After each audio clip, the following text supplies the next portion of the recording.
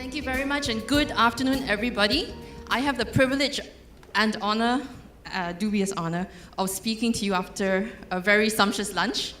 And I do indeed hope that you will be awake for the session. Thank you very much. If you're awake, could you give me, I'm quite old school. If you're awake, could you just give me an old school like? No, okay, excellent. That makes me quite happy.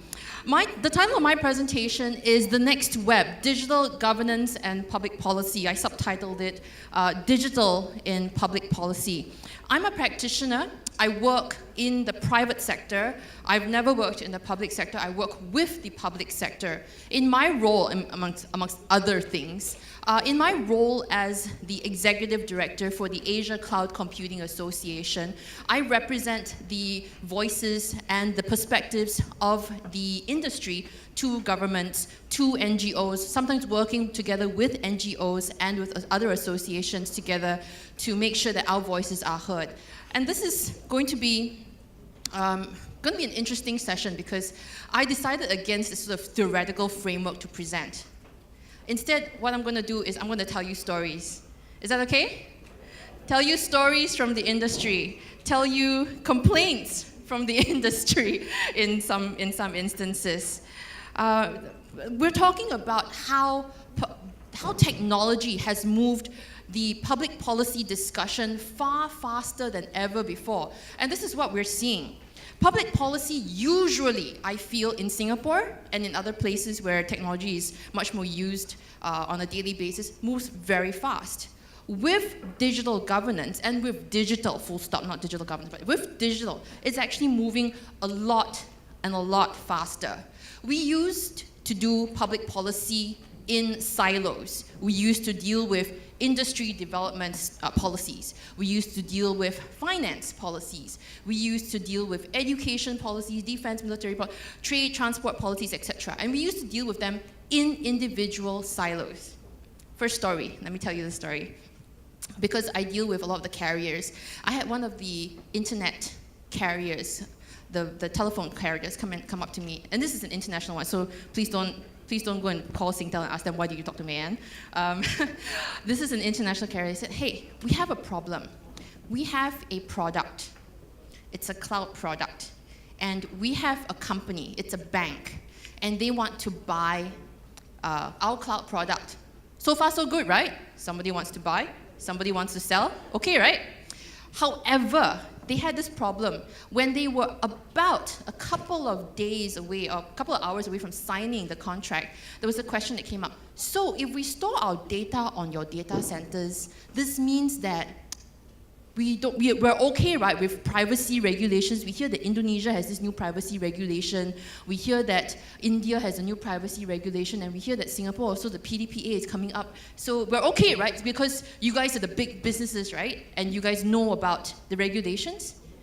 And of course, the carrier had to go and say, hold on, not really, because we don't know what you're storing on our data centers.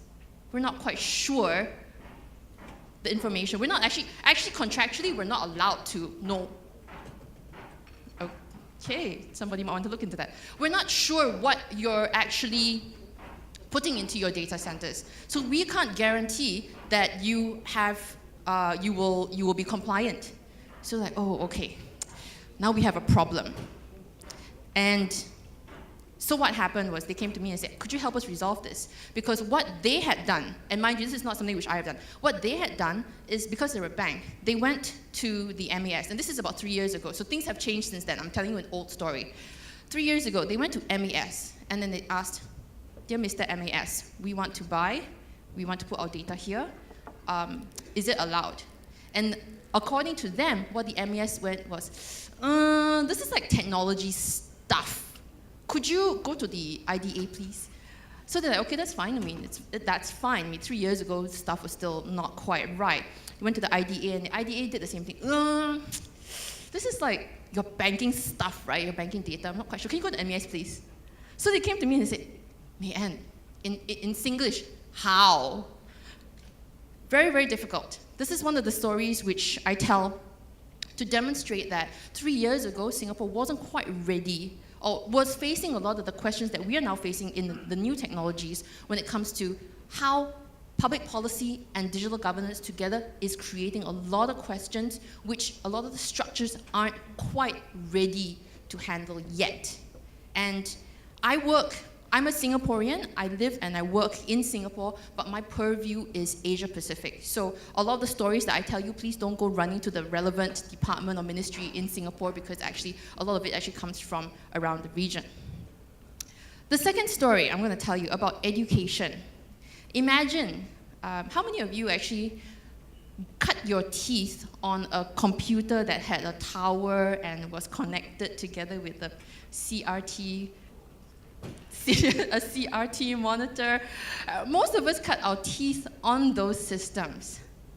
I was talking in one of the less developed countries recently about the need that they wanted to update their education curriculum. And one of the policymakers, he's super funny. He said, May-Ann, I don't understand my children anymore.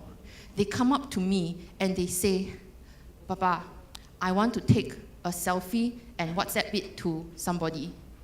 Or, my friend's cat is so cute, its face could be like meme. And he said it to me with a straight face, and I was struggling very hard not to laugh, because of course that's, modern speech, but it goes to show that a lot of times the policymakers themselves don't quite understand what's going on with the technology that's being used in the real world or in schools right now. How are they going to develop, therefore, curriculum? What is this STEM? What is this coding that you speak of? We see a lot of governments and a lot of policymakers, especially in the less developed countries, less so in Singapore, not understanding what is it they're making policies for. So we're seeing things move very, very fast. In Singapore, what we've seen is an understanding that these silos do need to get broken down. And I'm glad that I think that Mr. David Koh is here. Hello. One of the things which has stymied a lot of governments is cybersecurity. Who's in charge of cybersecurity? Because you have many, many different countries facing a problem of who's in charge. You've got the military, who is in charge. You've got the Ministry of Information and Communications, whatever guise that comes in other countries, that's in charge of the technology bits and pieces. There are others also involved, like personal data privacy commissions, and you have others as well, because in other places you have, in other countries, you do have other people looking at cybersecurity. You have the technical folk who are looking at cybersecurity. So who's in charge? In a lot of different countries, what has happened is that there's been this merger of everybody. It's been merged, and a supra organization has been put on top of coordinating cybersecurity. But not a lot of countries have that at this moment. A lot of people are still working through it. And I don't think they're moving fast enough. There are lots of challenges right now which require more coordination, and this is where the industry struggles a little bit with figuring out who exactly to talk to, because in understanding that you need to get to certain people, sometimes people, for example, in a Singapore context, someone is seconded to somewhere else, and then the email bounces back because you can't get to that person, and there's a lot of very practical issues. And these are the stories that I'm telling you, because these are not highfalutin ideas and theories, but really these are industry stories which I'm relating to you, because these are stories which people tell me when I speak with them, and they all come from industry. I won't go too far into it. The point is that public policy plus digital governance moving faster and faster. One of the things which I would like to leave to you before I move on to my next slide is it is a broader policy question that some people are struggling with. And because I teach in the National University of Singapore, this is something which I throw to my students as a thought exercise in my public policy class. The question is, should a baseline internet access be free? Should a baseline internet access be free? This is a question that's of utmost importance because it impacts things like how much people use the internet, how people use the internet. It also impacts business, because if telecommunications companies can't make money, then how can we be expecting people to give it free? And yet, if it's difficult to get people online, if it's difficult for people to use data, if it's difficult for people, or it's expensive for people, there is a disincentive for students to go online because I don't want to bust my internet bill this month, then what then happens to innovation, to entrepreneurship, to planning for the next lap of business people? Really big question there. The second point is that digital governance itself, is complex. If you add public policy in, the public policy process, where you have people chatting about consultations, where you have industry discussions, where you have students who come up and write policy papers, where you have policy houses developing white papers and position papers on different things, it becomes fairly noisy very quickly. Let me give you an example of the internet, of the digital governance and the complexity. About 3 years ago, I started getting involved with the discussion on internet governance. Who owns the internet? Whose rules rule in the internet? We had a lot of discussion, and we are continuing to have a lot of discussion on it. Some of it is fairly banal, sort of discussions around should internet be only should only have URLs which are only in English? Should we have multilingual URLs? If that's the case, if we have multilingual URLs, hold on, this means that we need to talk to the technology creators to make sure that they have the character sets which are already shipped into browsing and operating systems. Is that something which countries can actually advocate for? How much power do countries have? How much power do policymakers have on the business community to actually make those demands? Interesting questions, no real answers. I see that that ICANN is actually working very hard on this. There are now internationalized domain names, and we are certainly moving on towards that system. But new problems arise. I don't know how many of you have tried copying and pasting a multilingual URL before. Obviously, for me, I copy it and I paste it in my email to send it to somebody else, and it comes out in English. But you have all of these weird signs, percentage, underscore 20, underscore 20, percentage, underscore 20, and then one random number. And then you send it off. And then somebody else who is very savvy, and this has happened to me, somebody else who's very savvy calls me up after I send the email and says, "Did you just send me a spam? Because this looks like a very dubious URL." So there are other questions which come up when it comes to digital governance, because while enabling something else comes up. It becomes an extremely complex, personally I find it very interesting, which is why I'm in this field. But it's not something which we can foresee, it's not something which we can predict, and we're not sure how this impacts other spheres of discussion. We have other issues like internet fragmentation. I know that some people that I was talking to John earlier during lunch, and he was telling me a little bit about how social networks, we assume that there are universal, inverted commas, universal social networks. So people are now empowered. Discussions around public policy are democratized, and everybody has a voice because everybody has a Facebook account or a Twitter account. That unfortunately is not true, because we were talking over lunch that there are, subnets, sub-discussions which are going on in different types of internets, different types of social networks.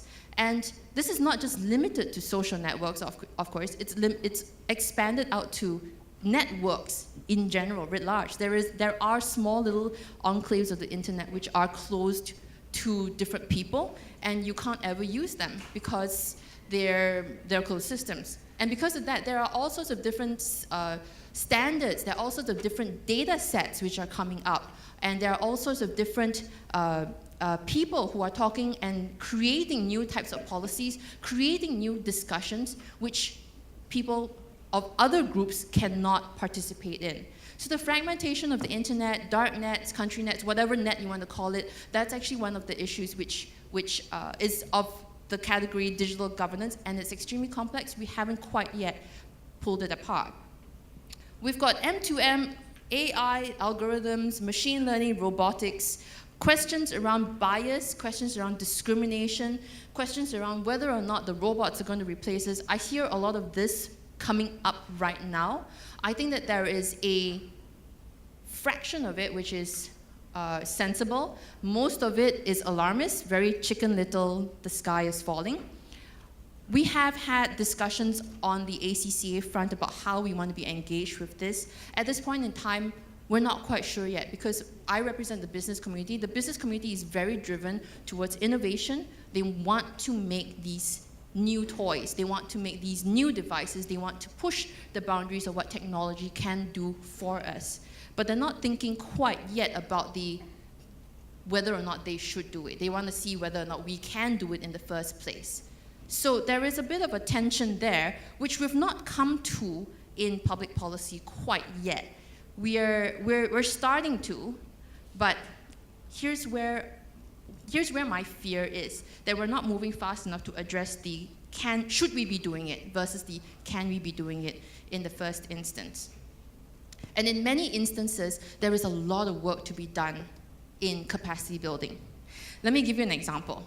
A couple of years ago, I think it was 2014, if I'm not correct, if I'm not wrong, India came up with a regulation that said that if there was an Indian national that was going to email another Indian national, mind you, it's Indian national to Indian national, that email and the trail that it takes through cyberspace must remain in India.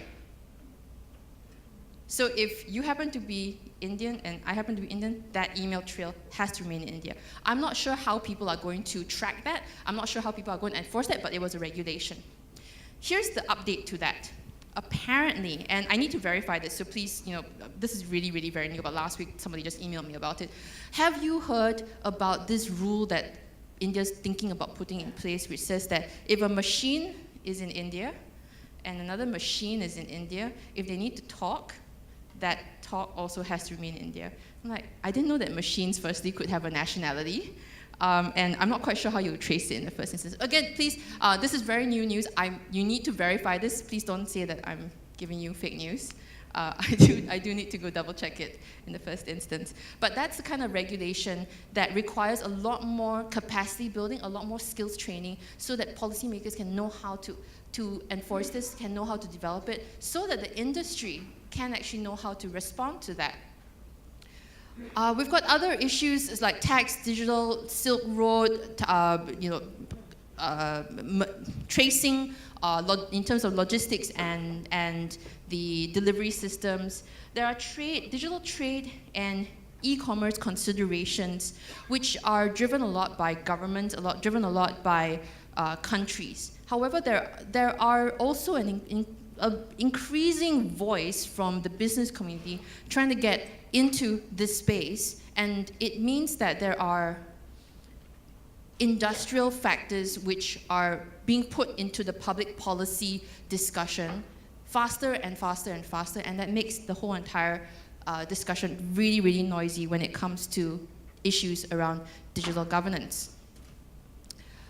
Now, how are we going to be positing things for the future, given that I've already said digital policy making is complex, is noisy? I see that right now, across Asia Pacific especially, that a lot of people are quite uncomfortable with the situation.